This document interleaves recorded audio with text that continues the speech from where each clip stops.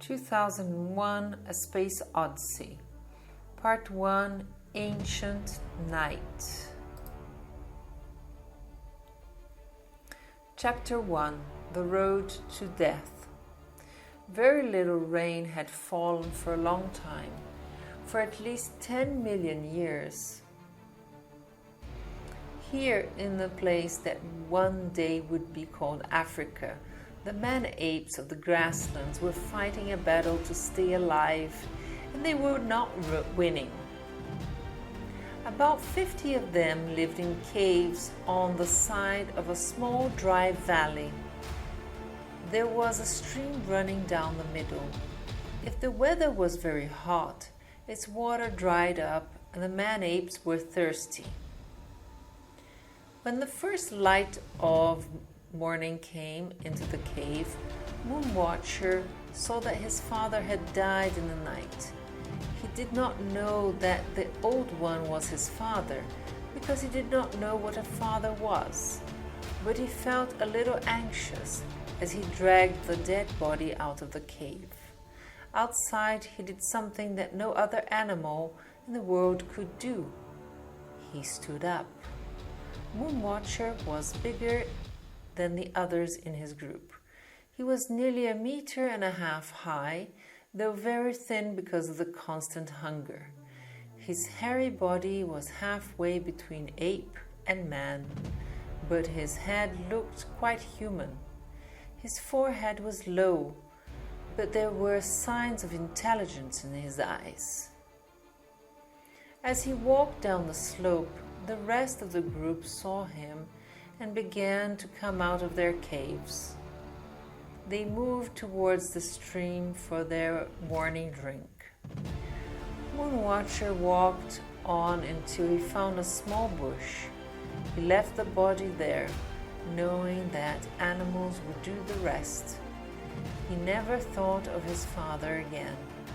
His 2 females, the adults from the other cave, and most of the young ones were looking for berries among the small trees further up the valley. Only the babies and the very old were left in the caves. If there was any extra food at the end of the day, they might be fed. If not, they would stay hungry. Moonwatcher climbed the slope to join the group. After some time, he found honey in a dead tree. This did not happen very often, and the group was happy.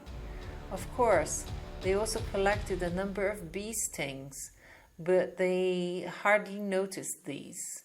Now, although Moonwatcher was still hungry, he was not actually weak with hunger. He could not expect more than that. He led his group back to the stream. The others were there, as usual. There were about 30 of them, and they looked exactly the same as Moonwatcher's own group. As they saw him coming, they began to dance, shake their hands, and shout, and his people did the same. And that was all that happened. Although the man-apes sometimes fought among themselves, they could do little harm to each other. Their teeth were not sharp, and their bodies were protected by thick hair. Also, they did not often have enough energy for fighting. After a time, the man-apes on both sides grew quiet and began to drink the muddy water. On the grasslands near the cave, there were many animals, but the man-apes knew of no way to kill one of them. In fact, they could not even imagine the idea of killing one. In the middle of so much food, they were slowly dying of hunger. That night, a cold wind blew.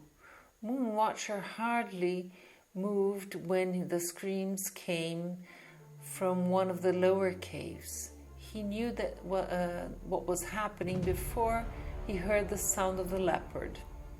But Moonwatcher did not think of going to help.